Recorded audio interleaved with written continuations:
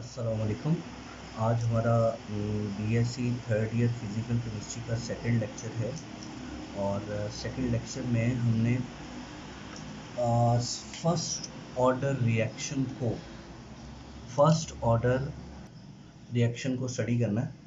तो चलें स्टार्ट करते हैं। फर्स्ट ऑर्डर रिएक्शन वो होता है जिसमें रिएक्शन का रेट सिर्फ और सिर्फ एक रिएक्टेंट पर डिपेंड कर रहा होता है, सिर्फ एक रिएक्टेंट पर। ठीक है, जिसमें रिएक्शन का रेट सिर्फ एक रिएक्टेंट पर डिपेंड कर रहा हो उसको हम फर्स्ट ऑर्डर रिएक्शन का नाम देते हैं। हम सपोज करते हैं कि हमारे पास कोई रिएक्टेंट है ए जो कि डिकम्पोज हुआ और उसने क्या बना दी, प्रोडक्ट बना दी।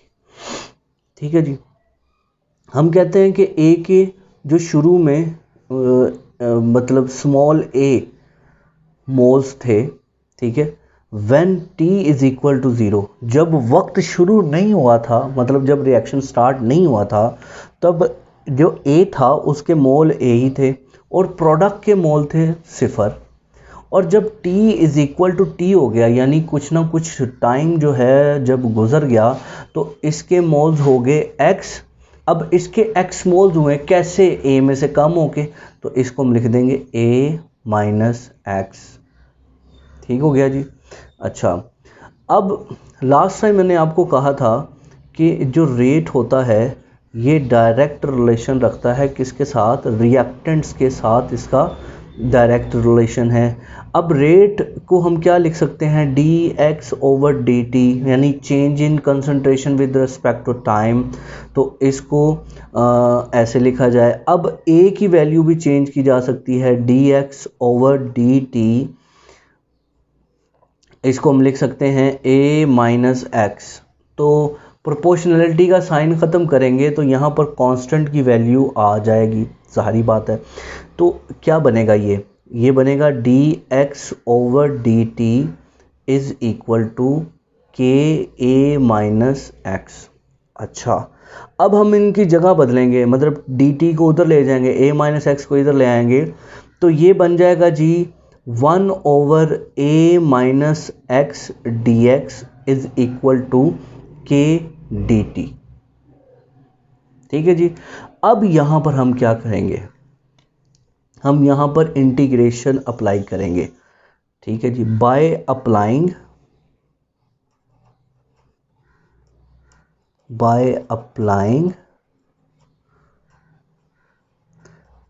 इंटीग्रेशन जब हम यहाँ पर अप्लाई करेंगे तो इस इक्वेशन में थोड़ा सा चेंज आएगा। ठीक है जी। तो इंटीग्रेशन क्या अप्लाई करेंगे, ये 1 over a minus x d x है, तो integration 1 over a minus x d x is equal to k integration और डी टी। इंटीग्रेशन कांस्टेंट पर अप्लाई नहीं होती, ठीक है, कांस्टेंट पर अप्लाई नहीं होती। और जब इसकी इंटीग्रेशन क्या होगी, अब इसको मैं साइड पे कर देता हूँ यहाँ पर नोट की शक्ल में। देखिए, जब कोई चीज़ 1 ओवर a माइनस एक्स की शक्ल में हो और dx, मतलब ये चेंज है, dx कहते हैं चेंज इन x, और इस दोनों के दरमियान में एक वेरिएबल भी मौजूद है, और चेंज भी मौजूद है, और हमारा वेरिएबल लिखा हो 1 over a minus x, a मतलब कोई कांस्टेंट में से वेरिएबल माइनस हो रहा हो, तो उस सूरत में जो इसका इंटीग्रेशन होगी वो क्या होगी, natural log of a minus x.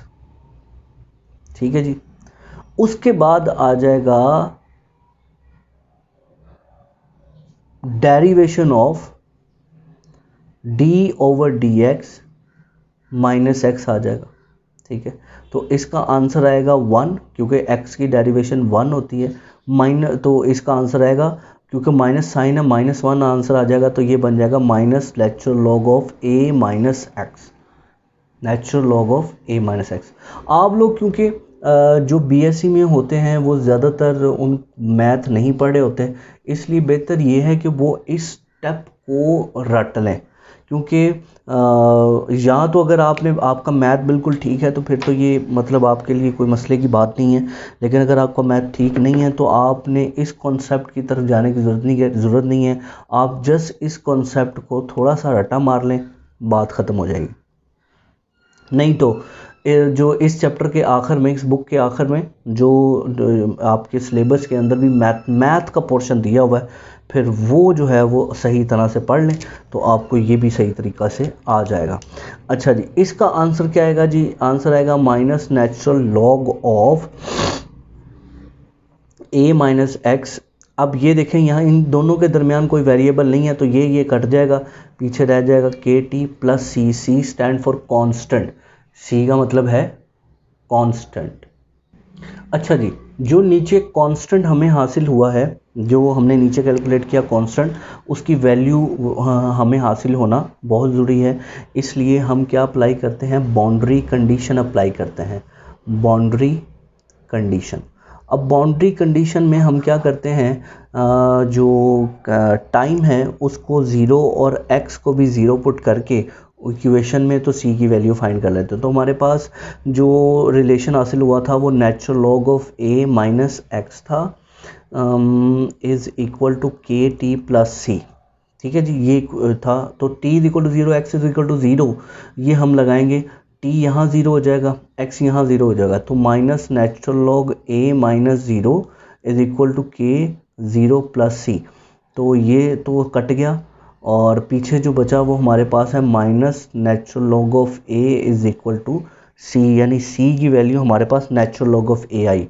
तो इसी वैल्यू को, सी की वैल्यू को, मतलब ये जो ओरिजिनल इक्वेशन थी इसी के अंदर हम एंटर कर देते हैं।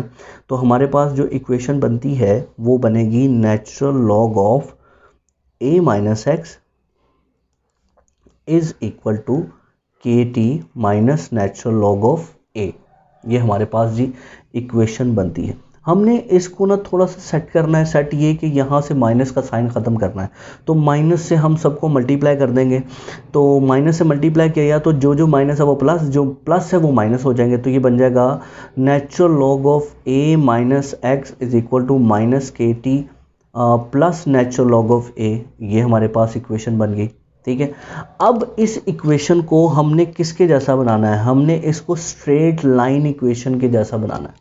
Straight line equation, straight line equation मतलब किसी भी इक्वेशन को अगर हम उस इक्वेशन के मुताबिक ढाल लेते हैं तो उससे हमें ग्राफ हासिल होगा, मतलब उससे ग्राफ ड्रा कर सकते हैं और उससे जो ग्राफ हासिल होगा वो हमेशा स्ट्रेट लाइन होगा। ठीक है जी, तो हम इक्वेशन क्या लिखना चाह रहे हैं? y is equal to M X plus C, ये चीज़ होगी तो हमारा जो ग्राफ है वो बिल्कुल ज़बरदस्त बनेगा। लो जी, natural log of A minus X को हमने वाई एक्सिस पर रखना है, उसके बाद टी को हमने एक्स एक्सिस पर रखना है, के हमारी क्या है? स्लोप, और ये के क्या होगा? माइनस के हमारी, बल्कि के जो है वो हमारी स्लोप कहलाएगी। नेचुरल लॉग ऑफ ए जो है वो हमारा कांस्टेंट है। ठीक है जी, तो ग्राफ ड्रॉ करते हैं जो हम इस पर करेंगे। लो जी, हमने एक्स एक्सिस पर किसको रखा? एक्स एक्सिस पर रखा जी टी को। ठीक है, वाई एक्सिस पर हमने रखा natural log of A minus X को रखा।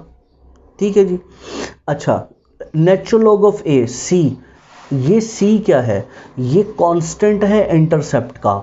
इसका मतलब है कुछ ना कुछ वैल्यू इसकी फिक्स्ड रहेगी जो कि चेंजेबल नहीं है। तो यहाँ पर, और दूसरा यहाँ पर साइन जो स्लोप है वो माइनस में है, मतलब m जो स्लोप है वो माइनस में है। इसका मतलब है कि जो स्लोप चलेगी वो नीचे से ऊपर नहीं बल्कि ऊपर से नीचे आएगी। तो हम स्लोप को कुछ इस तरह नीचे लेके आते हैं, फिर यहाँ पर नॉर्मल ड्रॉ करते हैं। नॉर्मल ड्रॉ करने से यहाँ तक का जो एंगल है वो थीटा, वो हम फाइंड करते हैं। ठीक है जी, तो ये जो tan थीटा है, tan थीटा, ये किसके इक्वल है? tan थीटा स्लोप के इक्वल है, tan theta is equal to slope and slope is equal to k मतलब रेट कांस्टेंट। ठीक है जी। अच्छा जी, उसी इक्वेशन जो हमने पीछे ड्रॉ की है हमने इसको चेंज करना है और चेंज करके इसकी दूसरी तरह की इक्वेशन बनानी है और फिर उसका भी हम ग्राफ बनाएंगे। मतलब हमारे पास इक्वेशन थी नेचुरल लॉग और a minus x is equal to minus के T plus natural log of a, ये हमारे पास इक्वेशन है। हम यहाँ पे क्या करते हैं, दो नेचुरल वालों को एक तरफ इकट्ठा कर लेते हैं, तो नेचुरल लॉग को इधर ले आते हैं तो माइनस साइन हो जाएगा, तो ये बन जाएगा minus natural log of a plus natural log of a minus x is equal to minus के टी, ये हमारे पास बनेगा। ठीक है जी।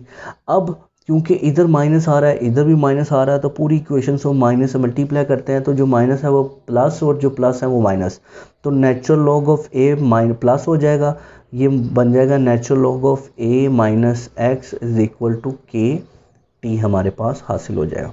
अच्छा, नेचुरल लॉग की यानी लॉग की प्रॉपर्टी है कि जहाँ पे वो माइनस या प्लस होता है तो वो उसको डिवाइड या मल्टीप्लाई में कन्वर्ट कर देते हैं, तो यहाँ पे माइनस है तो हम यहाँ पर लिख सकते हैं natural log of a over a minus x is equal to के टी, ये हमारे पास इक्वेशन बनती है। और ये किसके इक्वल है जी, ये इक्वल है y is equal to M x. तो आप देख सकते हैं यहाँ पे कोई इंटरसेप्ट नहीं है, ये इंटरसेप्ट नहीं है, वहाँ पे इंटरसेप्ट था ये, तो उसकी हमें एक वैल्यू जो है वो कांस्टेंट रखना पड़नी थी, लेकिन यहाँ पे क्योंकि कोई इंटरसेप्ट नहीं है इसलिए हमें उसकी ज़रूरत नहीं है। तो जो ग्राफ हमें हासिल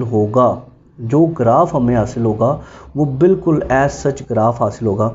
मतलब हम ग्राफ बनाते हैं और ग्राफ को एक्स एक्सिस पर हमने किसको रखा, ये टी हमारा एक्स एक्सिस है, के स्लोप है और ए वाई ये बन जाएगा। तो इसको हम कहते हैं t on x axis natural log of a over a minus x on y axis. अब यहाँ पर हमें क्या चीज़ हासिल होगी, एक स्ट्रेट लाइन जाती हुई नज़र आएगी क्योंकि इंटरसेप्ट नहीं है, क्योंकि इंटरसेप्ट यानी कि कांस्टेंट यहाँ पर मौजूद नहीं है। अगर कांस्टेंट होता तो ये कोई ना कोई वैल्यू फिक्स होती और उधर से या राइज करती या उधर से फॉल करती। ठीक है जी। तो यहाँ पर जो एंगल है वो ये थीटा एंगल है, तो थीटा जो है वो tan थीटा है, यहाँ ये इक्वल है स्लोप ऑफ स्ट्रेट लाइन और ये इक्वल है के। ठीक हो गया जी। अच्छा, अब जो नेचुरल लॉग है हम इसको सिंपल लॉग में कन्वर्ट कर देते हैं, नेचुरल लॉग को सिंपल लॉग में कन्वर्ट करते हैं। तो उसके लिए क्या होगा, लो जी, एक नेचुरल लॉग जो होता है वो इक्वल होता है 2.303 लॉग के इक्वल होता है। ठीक है, तो हम ऊपर वाली जो इक्वेशन है उसको सिंपल लॉग में कन्वर्ट करते हैं, तो जो ये इक्वेशन है इसमें नेचुरल लॉग की जगह लॉग आ जाएगा 2.303। ठीक है जी। तो आ जाएगा इक्वेशन हमारी बनेगी 2.303 log a over a minus x is equal to के टी। ठीक हो गया। तो हम क्या करते हैं, इधर से 2.303 ख़त्म करना है तो हम इन दोनों तरफ 2.303 से डिवाइड कर देंगे। तो जब डिवाइड होगा, अच्छा जी, जब इसको हम डिवाइड कर देंगे तो यहाँ से 2.303 ख़त्म हो जाएगा लेकिन इस तरफ आ जाएगा, तो इक्वेशन हमारी बनेगी जी log a over a minus x is equal to के टी ओवर 2.303। ये हमारे पास इक्वेशन जो है वो हासिल होगी। तो इस पर भी जो है वो हम ग्राफ बना सकते हैं, कोई मुश्किल बात तो है नहीं। ठीक है जी। तो इस पर हम ग्राफ बना लेते हैं, तो इसमें भी सेम ग्राफ जो है वो हमें हासिल होगा। एक्स एक्सिस पर हम क्या रखेंगे, टी रखेंगे। ठीक है जी। वाई एक्सिस पर आ जाएगा log a over a minus X आ जाएगा। हमें यहाँ पर स्ट्रेट लाइन ग्राफ हासिल होगा, यहाँ पर एंगल थीटा, तो ये आ जाएगा जी tan theta is equal to slope, और स्लोप इक्वल किसके है, के ओवर 2.303 303 ये हमारे पास स्लोप इसकी हासिल होगी। ठीक है जी। अच्छा, ये इधर ख़त्म नहीं होता, इसकी कुछ एक चीज़ें हैं जैसे एक्सपोनेंशियल फॉर्म, इसके यूनिट। मैं चाह रहा हूँ कि ये साथ ही में एक ही बार में ख़त्म हो जाए ताकि अगला लेक्चर जो है वो फर्स्ट ऑर्डर में हम गुजारे ही ना। ठीक है जी, अगला लेक्चर जो है वो मतलब ज़ाया ना हो। अच्छा जी, अब हम लिखते हैं एक्सपोनेंशियल की पावर। असल में ये मैंने सारा मतलब मुझे लगा कि शायद रिकॉर्डिंग हो रही है, लेकिन रिकॉर्डिंग नहीं हो रही थी, इस वजह से ये सारा मैंने लिख दिया था। तो मैंने कहा चलो दोबारा मैं इसको बोल देता हूँ। तो हमने जी फर्स्ट ऑर्डर इक्वेशन ली, फर्स्ट ऑर्डर रिएक्शन की इक्वेशन, उसका हमने आंटी जी लॉग ले लिया। आंटी जी लॉग जो है एंटी लॉग असल में है ये आंटी जी लॉग, मैं बस आंटी लॉग। तो नेचुरल लॉग का जब हम एंटी लॉग लेंगे तो नेचुरल लॉग तो जहाँ पे है वहाँ पर कट गया, ठीक है। लेकिन जहाँ पर एंटी लॉग नहीं है वहाँ पे क्या आ जाएगा, वहाँ पर जो भी चीज़ लिखी होगी वो एक्सपोनेंशियल की पावर बन जाएगी, मतलब ई की पावर बन जाएगी। तो हम क्या करते हैं, लगाया एंटी लॉग, नेचुरल लॉग इधर ख़त्म हो गया और ये एक्सपोनेंशियल की पावर बन गए। हमने इन दोनों की ऊपर नीचे कर दिया तो a माइनस एक्स ओवर ए हो गया, तो एक्सपोनेंशियल की पावर माइनस हो जाएगी। ए को इधर मल्टीप्लाई कर दिया तो हमारे पास एक्सपोनेंशियल की जो इक्वेशन है वो ये बनती है। अगर हमने नेचुरल लॉग की जगह सिंपल लॉग इस्तेमाल किया होता 2.303 वाला, तो हमारे पास माइनस के टी ओवर 2.303 हासिल होता। ठीक हो गया जी। इसके बाद हम क्या फाइंड करते हैं, हम यूनिट फाइंड करते हैं, units of first order reaction, units of first order reaction. तो जी इसके हमने जो है वो यूनिट फाइंड करने हैं। तो ये बनेगा k t is equal to natural log a over a minus x. हमने इसके यूनिट फाइंड करने हैं। किसके यूनिट फाइंड करने हैं, रेट कांस्टेंट के, फर्स्ट ऑर्डर के जो रेट कांस्टेंट है ना, कांस्टेंट इसके रिएक्शन के नहीं, कांस्टेंट के फाइंड करने हैं। इसका मतलब है के को इधर छोड़ देते हैं, 1 ओवर टी बन जाएगा उधर जाके, natural log of a over a minus x जो है हमें हासिल होगा। तो के और टी का यूनिट है जी सेकंड, ए कंसंट्रेशन ए माइनस ओवर एक्स, ए माइनस एक्स कंसंट्रेशन। तो नेचुरल लॉग कंसंट्रेशन का फॉर्मूला मोल पर decimetre cube divided by mole पर डेसीमीटर क्यूब, ये फार्मूला है। ये कट गया, पीछे रह गया सिर्फ सेकंड। नेचुरल लॉग का क्या यूनिट होना है यार, क्या हम क्या सोचेंगे, दफ़ा मारो। तो सेकंड ऊपर second k is equal to second minus 1। लो भी रेट कांस्टेंट का यूनिट ये है। चलें जी, अब बारी है हाफ लाइफ फाइंड करने की। Half life of first order reaction, कि फर्स्ट ऑर्डर रिएक्शन की जो आधी ज़िंदगी है ये कब आएगी। देखो आधी ज़िंदगी कब होगी, जब हमने अगर 1 किलोग्राम, मिसाल के तौर पर एक मोटा बंदा है, वो एक बड़ा सा पिज़्ज़ा खा रहा है। अच्छा, एक बड़ा सा पिज़्ज़ा खाते हुए जब उसका पिज़्ज़ा आधा रह जाएगा तो उस वक्त नोट कर लेना, मतलब खाने से पहले, शुरू करने से पहले, और जब पिज़्ज़ा आधा रह जाए उस वक्त नोट कर लेना। हम कहते हैं जी 2 मिनट के अंदर, 3 मिनट के उसके अंदर उसने लार्ज बड़ा पिज़्ज़ा आधा खा लिया, वो उसकी हाफ लाइफ। ठीक है, वो उसकी क्या कहलाई, हाफ लाइफ कहलाएगी, वो उसकी हाफ लाइफ कहलाएगी। ठीक हो गया जी। चले, तो इसी तरह अगर हमारे पास कोई कंपाउंड है, कोई सब्सटेंस है, इस्तेमाल होते होते अगर उसकी अमाउंट आधी रह गई है तो वो उसकी हाफ लाइफ कहलाएगी। हम इसकी डेफिनेशन वगैरह पे नहीं जाते, इसकी एग्जांपल बुक में लिखी होंगी, आप उसको देख लीजिएगा। हम इसकी डेरिवेशन पे आते हैं, यानी फार्मूला ड्राइव करते हैं कि हाफ लाइफ जो है वो किस फार्मूला से हमें कैलकुलेट होती है। देखिए जी, टी को हम यहाँ पर T1/2 कह देते हैं, और x जो कि अमाउंट ऑफ प्रोडक्ट है उसको हम a डिवाइडेड बाय 2 कह देते हैं। a डिवाइडेड बाय 2 क्यों कहा?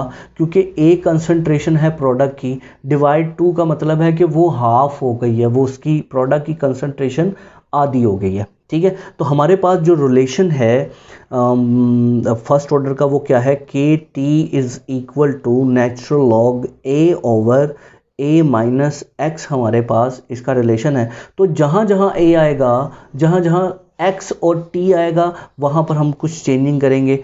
यानी ये बना जी k t 1/2 is equal to natural log a over a minus a over 2। ठीक है, a ओवर 2 हो गया। तो हम क्या करेंगे, यहाँ पर एलसीएम लेंगे, एलसीएम a और एलसीएम लेंगे नीचे 2, तो इसके नीचे 1 है, 1 2 2 ऊपर मल्टीप्लाई होगा तो ये बन जाएगा 2a माइनस a। ठीक है जी, तो इसको आगे क्या करेंगे जी, नेचुरल लॉग a ओवर ये पीछे बच गया a डिवाइडेड बाय 2, 2 शुरू ऊपर आ जाता है तो हम इसको कर लेंगे जी natural log of a over a multiply by 2, ये कट गया, पीछे रह गया नेचुरल लॉग ऑफ 2, पीछे रह गया नेचुरल लॉग ऑफ 2। अच्छा जी, अब हमारे पास क्या है, k t 1/2 is equal to natural log of 2। तो टी 1/2 किसके इक्वल हुआ? Natural log of 2 divided by k. अब नेचुरल लॉग ऑफ 2 किसके इक्वल है? इसको सॉल्व करें तो ये हमारे पास आंसर आता है 0.693 डिवाइडेड बाय के। तो यहाँ पर आप अब ये वैल्यू किसके लिए है? फर्स्ट ऑर्डर के लिए। के की वैल्यू लगाओ, हाफ लाइफ फाइंड कर लो पहले, मतलब फर्स्ट हाफ लाइफ फाइंड कर लो, सेकंड फाइंड कर लो, थर्ड फाइंड कर लो, जो भी आप चाहें तो इस फार्मूला से हाफ लाइफ जो है वो फाइंड की जा सकती है। ठीक है जी, आज का लेक्चर जो है वो यहाँ तक समाप्त होता है, और अगर कोई कन्फ्यूजन है तो हम नेक्स्ट लेक्चर में डिस्कस कर सकते हैं। तब तक के लिए अल्लाह हाफिज़।